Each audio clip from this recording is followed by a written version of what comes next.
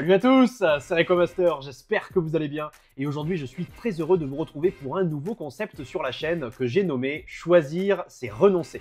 Alors de quoi s'agit-il? Je vais vous présenter une succession de cartes qui se sont vendues sur GCC, globalement au cours de la même période, le but étant de faire s'affronter celles qui se sont vendues au même prix. Par exemple, si je vous présente deux cartes qui se sont vendues à 100 €, il va me falloir n'en choisir qu'une seule et renoncer à l'autre en me basant sur des critères comme le prix de vente ou la beauté de l'illustration. Nous allons faire ça par palier, en commençant à 100 € et en terminant à près de 7000 €. Amusez-vous à jouer chez vous et dites-moi dans les commentaires quelle carte vous auriez sélectionné à ma place. N'hésitez pas à vous abonner à la chaîne, à laisser un commentaire et un pouce bleu si la vidéo vous a plu. C'est parti! Commençons sans plus tarder avec ce premier duel qui oppose le Coxyclac Reverse de la série Exil des Dragons en français PSA 9 au Deoxys X de la série X-Deoxys Clash of the Blue Sky en japonais première édition PSA 9. Alors quels sont les éléments que l'on remarque de prime abord dans ce duel?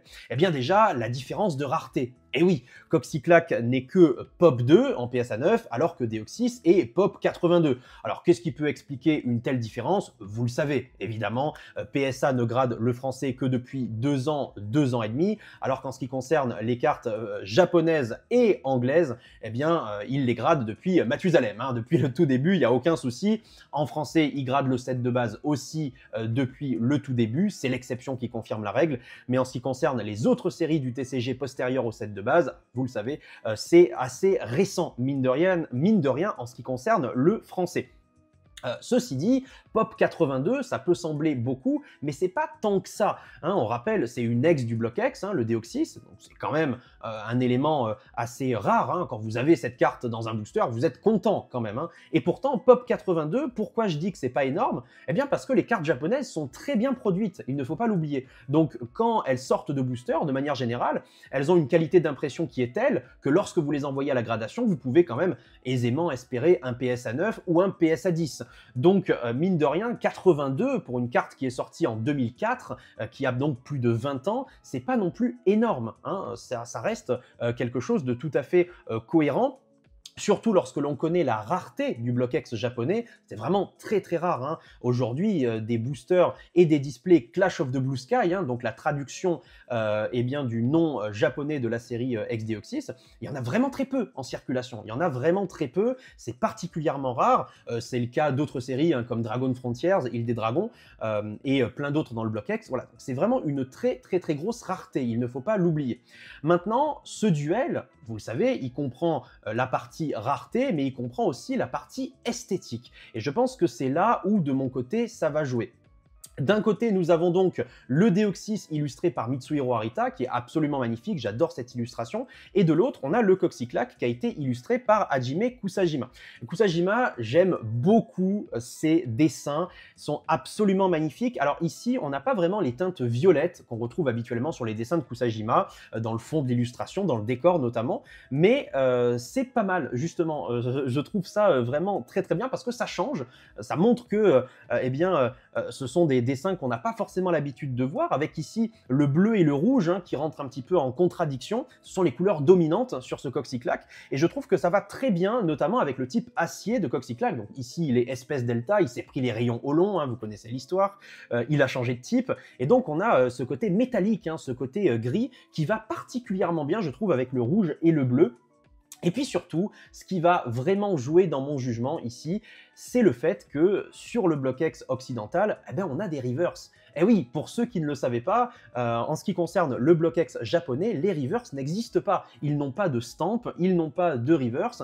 En fait, les meilleurs hits que vous pouvez avoir lorsque vous ouvrez un booster du bloc X en japonais, ce sont les holos, les X et les stars. Alors c'est déjà très bien, hein, vous me direz, mais les stamps, les reverse de manière générale, mais les stamps en particulier, c'est vraiment un ajout énorme en ce qui concerne le bloc X occidental. Je trouve que c'est ça qui fait son charme, qui fait sa saveur, et même si vous n'avez pas une star ou une X dans le booster que vous ouvrez, le fait de potentiellement avoir une stamp en tant que reverse, c'est toujours, enfin d'avoir une stamp, vous l'avez forcément dans les séries de la fin du bloc X, mais ça peut être non en or et PV en or si c'est une holo reverse, vous voyez. Le fait d'avoir cette plus-value, c'est quelque chose quand même qui apporte véritablement quelque chose et qui me fait aimer le BlockX occidental plus que le BlockX japonais. C'est assez rare que je dise ça, hein, parce que notamment sur le bloc Wizards, je préfère quand même le bloc Wizard japonais, hein, quand vous comparez la brillance des, par exemple, des cristals qui sont absolument insane, elles sont trop belles en japonais, quand vous les comparez aux françaises qui paraissent un petit peu plus ternes, il n'y a pas photo pour moi. Mais là, en ce qui concerne le BlockX, non, vraiment ce que je préfère, c'est le BlockX français, BlockX occidental en général. Donc, eh bien, je pense que ça va surprendre pas mal de gens. Mais ici, si vous me demandez de choisir entre ces deux cartes, entre le Coxyclac et le Deoxys, eh bien, c'est le Coxyclac que je vais choisir. Pas vraiment en termes d'investissement à l'avenir, parce que c'est 100 € qui seraient mieux investis sur le Coxyclac que le Deoxys. C'est pas vraiment ça l'idée. C'est vraiment en termes de beauté, en termes de peps, en termes d'élégance aussi.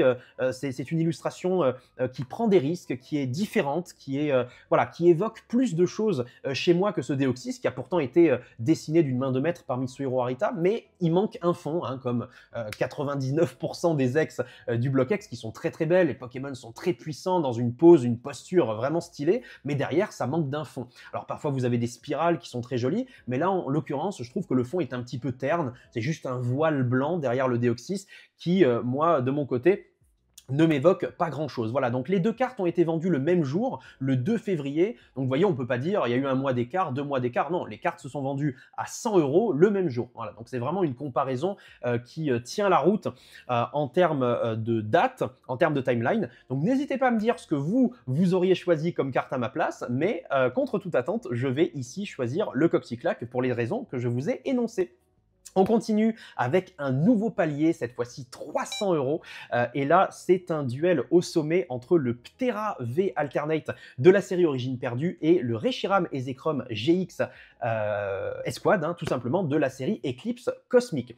Alors, en termes de rareté, là, évidemment, il n'y a pas photo à nouveau, hein. Le Reshiram Ezekrom, il est population 21, il est particulièrement rare, alors que le Ptera, il a une population plus élevée. Ça s'explique simplement, hein. À l'époque du bloc Soleil et Lune, il y a beaucoup moins de gens qui étaient sur le marché. Il y avait beaucoup moins d'ouverture. Ça faisait pas du tout partie eh bien, des mœurs des gens à cette époque-là. Il y avait des gens qui collectionnaient Pokémon, hein, j'en suis la preuve vivante, mais il y avait quand même beaucoup moins ce côté ouvreur compulsif. Alors qu'à l'époque du bloc épée et bouclier, là on est en plein dans la vague et évidemment c'est là où il y a le plus d'ouverture à travers le monde et en France en particulier. Donc même si le taux de drop est pas ouf et que des Ptera ils tombent pas non plus tous les 10 boosters, malgré tout il y a tellement de boosters qui ont été ouverts dans la France entière en termes de quantité que forcément il y a quand même pas mal de Ptera qui ont été sortis et qui ensuite ont été envoyés à la gradation, hein. Ça explique cette population de 166 qui est assez élevée. Donc évidemment, en termes de rareté, c'est quand même pas la même échelle. Soleil et Lune a été beaucoup moins print que Épée et Bouclier et c'est clairement Reshiram Ezekrom qui l'emporte d'un point de vue rareté. D'un point de vue esthétique, c'est quand même quelque chose de beaucoup plus complexe. Pourquoi? Parce que j'adore ce Ptera. C'est vraiment une vibe préhistorique, hein. Moi qui aime beaucoup justement, comme énormément de gens, je pense, à travers le monde, mais l'époque des dinosaures, hein, le Crétacé, le Jurassique, etc. C'est une illustration qui, moi, m'évoque beaucoup de choses. On voit des Tropius, Bastiodon, Aeroptérix, Terrapagos, voilà, Carapagos, excusez-moi, lapsus. Voilà, mais on voit énormément de Pokémon préhistoriques, des fossiles. Bon, Tropius n'est pas un fossile, mais sinon, les autres le sont. Et il y a vraiment cette ambiance avec les palmiers, les fougères, etc. Cette ambiance préhistorique qui, moi, me plaît beaucoup. C'est une illustration qui m'a évidemment marqué à l'époque du bloc épée et bouclier. C'est clairement une de mes altes préférées. Mais d'un autre côté, on a Reshiram Ezekrom. Ceux qui me connaissent le savent, hein, la 5e génération évoque beaucoup de choses pour moi. J'aime beaucoup cette génération. La réalité et l'idéal, hein, incarné par Reshiram Ezekrom. N, un personnage qui fait partie de mes favoris de tout Pokémon confondu. Et voilà, donc je pense que ici, si le cœur doit parler, c'est Reshiram Ezekrom GX que je vais choisir. Donc si on me donne une enveloppe de 300 € et qu'on me dit choisis entre ces deux cartes, entre ce Ptera et Reshiram Ezekrom, mon choix va se porter vers Reshiram Ezekrom, tout simplement parce que je trouve que cette carte encore plus belle, encore plus mythique, elle m'évoque encore plus de souvenirs par rapport à la 5e génération, mais le Ptera ne démérite absolument pas et je comprends tout à fait je comprendrais tout à fait que vous le choisissiez plutôt que le Reshiram et Zekrom qui reste quand même très très joli. En termes de date, c'est le même mois, hein, décembre 2024. Malgré tout, 8 décembre 2024, c'est la date de vente du Ptera et 23 décembre 2024, c'est la date de vente du Reshiram et Zekrom. Donc il y a quand même une petite différence entre les deux, mais ça reste le même mois. Donc on peut dire quand même que c'est assez représentatif en termes de timeline. En ce qui concerne l'esthétique et en ce qui concerne la rareté, de mon côté, le choix va vers Reshiram et Zekrom. On continue avec un nouveau palier à 500 € cette fois-ci. Ce ne sont plus des cartes qui vont s'affronter, mais des blisters. Un blister Glaciation Plasma et un blister Dragon Exalté. Et là, pour moi, il n'y a pas match. Pour moi, il n'y a pas match. Alors, évidemment, je vais surprendre personne. Je vais choisir le blister Dragon Exalté. Pas forcément parce que Rayquaza est mon Pokémon favori et que je vais forcément insister sur lui, mais surtout par rapport à la série en elle-même. Bah oui, Dragon Exalté, c'est une série de fous furieux, c'est ma série préférée du bloc noir et blanc, je pense que c'est le cas de pas mal d'entre vous, il y a des Pokémon de fous furieux, évidemment qu'on a Rayquaza, notamment en secrète, mais il y a tellement d'autres choses qui sont sublimes dans cette série, notamment les Zolos, je pense au Galeking, je pense au Faramp, avec le palais de haine qui est visible dans le fond de l'illustration, c'est phénoménal comme série, elle a vraiment tout pour plaire, alors que Glaciation Plasma, je suis un petit peu moins fan, les illustrations m'ont peut-être moins marqué de manière générale, le bord bleu aussi des cartes plasma, c'est pas vraiment mon kiff, je trouve qu'elles s'abîment facilement, il y a des points blancs qui se créent un petit peu partout, donc voilà, c'est moins mon truc. Si je dois comparer à prix égal, eh bien ces deux séries, très clairement Dragon Exalté, c'est la série que je vais choisir. Pourtant, Absol est un de mes Pokémon favoris aussi, un Pokémon de type Ténèbres de la 3e génération, Pokémon qui était chassé par les peuples anciens parce qu'il se trouvait toujours sur place lorsqu'il y avait une catastrophe naturelle. On apprend plus tard qu'en réalité, il voulait prévenir les gens. C'est un peu l'oiseau de mauvais augure qui est là pour annoncer les catastrophes naturelles, mais ce n'est pas lui qui en est à l'origine. Et donc, il a été un petit peu injustement pourchassé à travers les âges, ce Pokémon. Bref, je suis absolument fan de ces deux blisters, mais en ce qui concerne les séries, c'est Dragon Exalté pour moi qui a largement l'aval sur Glaciation Plasma. Donc, c'est pour ça que mon choix va vers Dragon Exalté.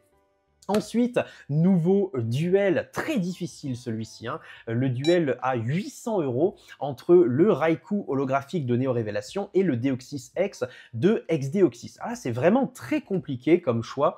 Alors déjà, il y a la note qui n'est pas la même.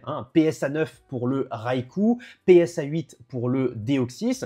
Donc forcément, ça joue, inconsciemment ça joue, parce que vous le savez, dans ma collection, ça n'a jamais été un secret. Je collectionne surtout le PSA 10, mais pour le français, j'accepte le PSA 9 sans aucun problème. Mais c'est vrai que PSA 8, j'ai toujours eu une frontière psychologique assez compliquée.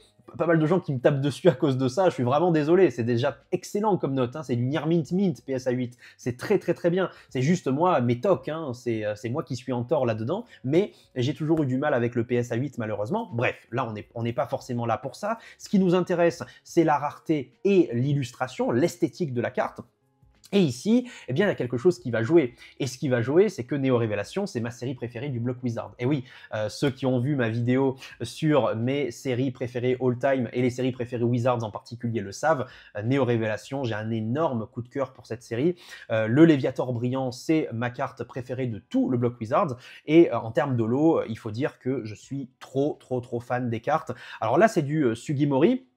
Alors Sugimori, mettons les choses au clair, c'est un artiste que je trouve absolument exceptionnel. En plus d'être un artiste, c'est quelqu'un qui a fait l'histoire de Pokémon. Sans Sugimori, Pokémon ne serait pas là où il en est aujourd'hui. C'est quelqu'un de particulièrement talentueux qui a participé à développer Pokémon. C'est quelqu'un que je vénère absolument. Par contre, c'est vrai que les artworks officiels, qui sont des simples reprises eh bien des premiers dessins qu'a fait Sugimori, des descriptions Pokédex, tout ça, c'est quelque chose qui a tendance un petit peu à me lasser, mais surtout dans des séries comme Ex-Gardien du Pouvoir où ces dessins-là sont omniprésents. Comme si on avait collé en fait la description Pokédex de chaque Pokémon sur toutes les cartes. Ça a tendance à me lasser parce que j'ai l'impression qu'il y a du coup un manque de curiosité des illustrateurs, qu'il y a moins de peps, moins d'énergie, moins d'illustrations originales, tout simplement. Ça, c'est quelque chose qui a tendance à m'embêter un petit peu, mais dans Révélation, c'est pas forcément gênant. Ce Raikou, il est trop beau, il est particulièrement bien dessiné, évidemment. Et puis en termes de rareté, c'est du néo-français, hein, je le rappelle, néo-français, c'est le top du top en termes de rareté. Et avoir du PSA 9, donc du mint, sur des cartes comme ça, c'est assez exceptionnel. Le Deoxys, d'un autre côté, il est très beau, c'est la forme normale. Hein. Petit tips pour directement reconnaître la forme normale, c'est le bras, hein, le bras de Deoxys, le bras droit en forme d'ADN. Donc il est facilement reconnaissable. Et en PSA 8, c'est vrai que c'est un petit peu plus compliqué pour moi, dans le sens où c'est quand même une carte qu'on voit régulièrement. Alors, les ex du bloc X sont très rares en français, hein, ne me faites pas dire ce que je n'ai pas dit. Mais c'est vrai que cette carte-là, j'ai l'impression de la voir quand même régulièrement passer sur les groupes, de la voir passer sur Instagram, sur différentes plateformes. Alors que le Raikou, en état mint, vraiment nickel, je le vois beaucoup moins souvent. Donc forcément, en termes de rareté, j'ai tendance à penser que le Raikou est quand même beaucoup plus rare que le Deoxys. Regardez la preuve, hein, il est pop 7 en PSA 9 et il n'y a aucune PSA 10 sur le Raikou. Donc en termes de rareté, on se situe très haut. Alors que le Deoxys, on a quand même un petit peu plus de représentants de son espèce. Hein. Il y a un peu plus de cartes qui ont été gradées à son effigie, hein, tout simplement, un petit peu plus de cartes Deoxys gradées. Et en termes d'illustration, même si j'adore Mitsuhiro Arita, ici, eh bien, c'est le Raikou que je vais choisir entre les deux. Donc si vous me donniez une enveloppe de 800 €, j'irai vers Neo Révélation, j'irai vers le Raikou, plutôt que vers ce Deoxys X qui est pourtant vraiment magnifique. On continue avec un nouveau duel à 1000 € cette fois-ci, hein, donc on monte petit à petit dans les tours. Et là, c'est un Tyrannosif holo de Espèce Delta qui va affronter le Nostanfer X en PSA 9 de X-Deoxys. Donc ce sont deux cartes absolument magnifiques. Le Tyrannosif, il est pop 2 en PSA 9, il n'y en a qu'un seul en PSA 10, c'est moi qui l'ai, j'ai la chance de l'avoir, j'en suis très fier. Et le Nostanfer X, que j'ai moi-même aussi tiré de booster, il est PCA 10, le mien. Et en ce qui concerne la population chez PSA, eh bien il est pop 7 en PSA 9. Voilà, il y en a deux exemplaires en PSA 10. En termes de rareté, bon, on pourrait considérer que le Nostanfer est un petit peu plus commun que le Tyrannosif, hein, quand on compare tout bêtement la population entre ces deux cartes avec les chiffres qu'on a sous les yeux. Mais d'un autre côté, c'est vrai qu'une ex du bloc X, ça a tout de même une aura supplémentaire qu'une simple holo, entre guillemets. Et quand je vous dis ça, je me replace dans le contexte de l'époque. Quand on ouvrait des Booster X entre 2007, 2010, 2012 encore, eh bien quand on avait une holo, on ne considérait pas ça comme un hit. Vous voyez, on se disait, bon, on a une holo, elle est jolie, on peut apprécier l'illustration, voilà, c'est très bien, mais c'est pas un hit, c'est pas ce qu'on veut. Nous, ce qu'on voulait, c'était une ex ou une star. Et je pense que je suis un peu encore dans ce référentiel, cette vieille école, à l'époque où les Booster X valaient beaucoup moins qu'aujourd'hui, on pouvait s'en permettre d'en ouvrir plus, et je considère à ce titre qu'une ex reste forcément un hit supérieur à une simple holo, aussi belle soit-elle. Et pourtant, on parle pas de n'importe quel holo ici, hein. On parle d'un Tyrannosif qui est probablement l'une des plus belles illustrations de Tyrannosif de tout le TCG. Illustré par Arita, il est de type feu et acier, parce qu'il s'est pris les rayons Holon, donc il est espèce delta. On a ce côté gris qui rencontre le rouge du type feu, c'est absolument magnifique. Il est dans la tour Holon, on a cette vue de dos avec les câbles de part et d'autre, hein, qui montrent que probablement il a vécu pas mal d'expériences, ce pauvre Tyrannosif. Et Nostanfer d'un autre côté qui est vraiment très joli aussi, illustration de Ryo Ueda, hein, qui a illustré la plupart des ex du bloc X. J'aime beaucoup l'impression de vitesse d'ailleurs, hein, qui est donnée par les battements d'ailes furtifs de Nostanfer. Et X-Deoxys, une série qui a énormément d'aura, qui contient Rayquaza, Latias et Latios Star bien sûr, mais au-delà de ça, c'est une des séries les plus rares et les plus recherchées du bloc X. Donc peut-être qu'à nouveau je vais surprendre pas mal d'entre vous, mais ici, à choisir entre les deux, mon choix va plutôt se porter sur le Nostanfer. Alors qu'en termes d'illustration, le Tyrannosif pour moi est encore plus beau que le Nostanfer, mais si vous me donnez 1000 € et que vous me dites, voilà, tu dois choisir à note égale, hein, on précise bien à note égale, donc en PSA 9, tu dois choisir entre le Tyrannosif et le Nostanfer, je pense que mon biais cognitif de l'époque va me pousser encore une fois à choisir une ex plutôt qu'une simple holographique, mais je comprendrai à 100% que vous choisissiez à ma place plutôt le Tyrannosif. Hein. Ça m'intéresse, hein. N'hésitez pas à me dire un petit peu dans les commentaires votre ressenti par rapport à ça. On continue avec un nouveau duel à 1500 € entre un Metalos Holo Reverse d'espèce Delta en PSA 8 et un Noctali VMAX en PSA 10. Et là, le duel est très facile pour moi, mais en même temps, c'est vraiment difficile. C'est une souffrance de vous dire ce que je m'apprête à vous dire, mais mon choix, il va directement se porter sur le Noctali. Ben, je suis désolé, mais ce Metalos, je le trouve exceptionnel. À nouveau, c'est une illustration de Fukuda, le maître des Gold Stars, mon illustrateur favori de tous les temps. Mais on ne peut pas comparer une Holo Reverse PSA 8 du bloc X avec une VMAX Alternate qui est la carte la plus, pas forcément la plus rare, mais en tout cas celle qui cristallise toute une génération à l'intérieur du bloc épée et bouclier. Vous voyez, et là on parle même plus d'âge, on parle même plus de récent ou d'ancien. Évidemment, c'est beaucoup plus ancien. Espèce Delta, ça date de 2006, alors que Évolution Céleste, c'est 2021. Évidemment, ça on en est tous conscients. Mais au bout d'un moment, il y a d'autres facteurs qui rentrent en jeu. Vous voyez, là, on parle d'une alternate qui est une alternate recherchée par tout le monde. Elle a un taux de drop catastrophique, elle tombe quasiment jamais. Et puis surtout, comme je le disais, c'est la carte, la chase card de tout le bloc épée et bouclier. Et à côté, ce Metalos, qui est très ancien, très beau et très rare, ça reste une simple Holo Reverse. J'ai un petit peu le même raisonnement que le Tyrannosif juste avant, vous voyez ce que je veux dire. Et en plus de ça, elle est PSA 8, alors que le Noctali, il est PSA 10. Voilà, bon. Donc ça me fait mal au cœur. Vraiment, c'est très difficile pour moi de vous l'avouer. Mais ici, si j'avais une enveloppe de 1500 € et que je devais choisir entre ces deux cartes, je choisirais très clairement le Noctali, que ce soit pour l'investissement. Ces deux cartes, je les ai déjà en réalité. Mais si je devais investir pour voilà, revendre ces cartes-là un petit peu plus tard, bah, je prendrais clairement le Noctali. Enfin, pour moi, ça coule de source. C'est quelque chose d'assez évident. Alors qu'on le voit bien, hein, Metalos, pour l'instant, il est pop 1 en PSA 8. Hein. Bizarrement, peu de gens ont fait grader cette carte. Il serait temps que j'envoie la mienne à la gradation d'ailleurs. Mais je peux vous assurer que d'ici 1 an, 2 ans, 3 ans, il y aura d'autres exemplaires de ce Metalos qui obtiendront probablement une note supérieure ou égale à 8. Enfin, c'est quasiment certain, ça va arriver au bout d'un moment, vous voyez. Donc, malheureusement, c'est comparer l'incomparable, je trouve, mais c'est intéressant hein, de faire ces comparatifs, surtout que c'est globalement la même période, encore une fois, le 18-12 et le 5-12, mais là, clairement, il n'y a pas match et c'est le Noctali que je choisirai dans cette situation. On continue avec un combat ici qui est particulièrement équilibré. Regardez ça. On a Arcanin et Entei holographique. Les deux appartiennent à la série Aquapolis. Les deux sont PSA 10. Les deux sont français. Et les deux sont Pop 2. Population 2 en PSA 10. Donc là, on est sur une égalité parfaite. Franchement, en termes de rareté, il est impossible de départager les deux. Hein. Par définition, ils sont aussi rares l'un que l'autre. Et là, eh bien, vient la question de l'esthétique.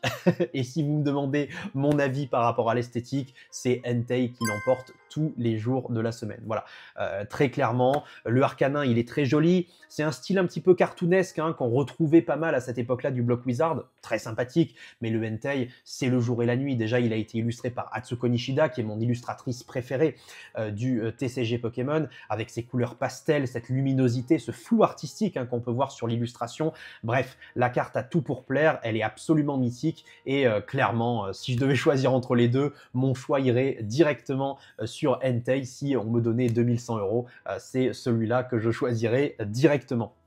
On continue avec un nouveau duel, hein, cette fois-ci à 3600 €. On commence à être assez haut dans les tours, mine de rien. Et là, on compare à nouveau l'incomparable, à mon humble avis, et je pense qu'il y a pas mal de gens qui ne seront pas d'accord avec moi ici, mais on compare le Démolos édition 1 de Néo Révélation avec le Dracofeu édition 1 du set de base. Et là, très clairement, sur les deux plans, il n'y a pas match.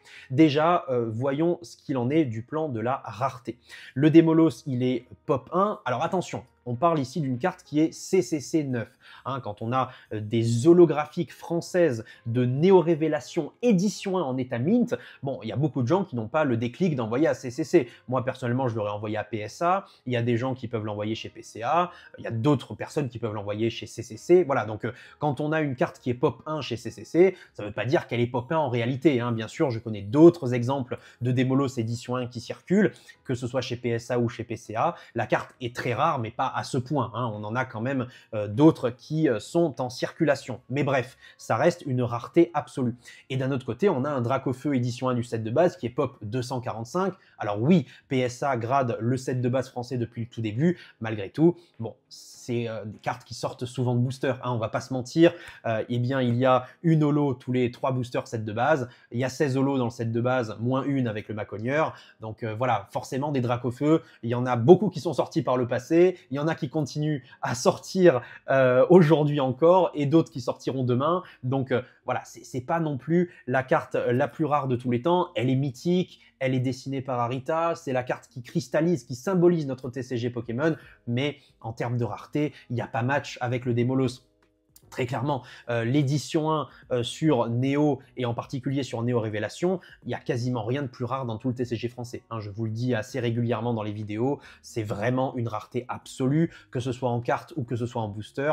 C'est absolument incomparable, c'est une folie furieuse. Voilà, donc là, c'est par rapport à la rareté. Maintenant, par rapport à l'esthétique, je pense que c'est là où il va y avoir eh bien, des dissensions, ou peut-être qu'on ne sera pas d'accord, mais moi, de mon côté, c'est notamment grâce à ce Démolos que Néo Révélation, c'est ma série préférée du bloc Wizard. Ouais. Il y a 2 cartes, à mon avis, qui permettent à Néo Révélation d'atteindre ce rang. C'est le Léviator brillant, que je trouve absolument magnifique, qui est ma carte préférée du Wizard, et ce Démolos holographique que je trouve complètement dingue. Je ne sais pas pourquoi cette carte en particulier, je ne sais pas ce qu'elle éveille comme moi, chez moi pardon, en termes de souvenirs, mais en tout cas c'est une beauté absolue. Le fait que Démolos comme ça hurle à la lune en pleine nuit avec cette atmosphère très lugubre, hein. J'aime beaucoup le fond justement de l'illustration. On a ce côté violet qui est présent dans le ciel, dans le fond. Ça donne un côté très malsain, très lugubre. Alors Démolos, c'est un Pokémon de type feu-ténèbres, ça inspire pas forcément la confiance, hein, ce double type.